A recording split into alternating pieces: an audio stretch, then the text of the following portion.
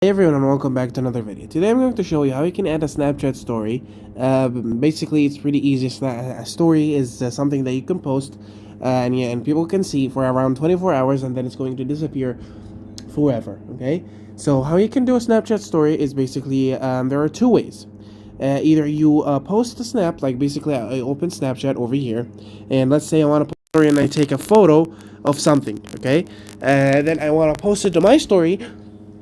At the bottom over here, you can find something called story right beside save and next, so we can send it to your friends.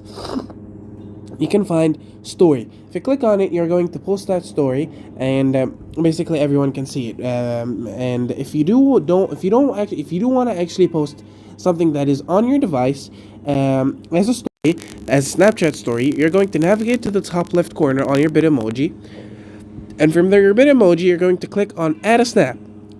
Basically, adding a snap is going to let you access your media folder, and then you can post whatever you want from your phone. Basically, a photo, a video, or whatever on your story. So it's that easy. So yeah, guys, thank you so much for watching. Don't forget to like and subscribe, and I'll see you later.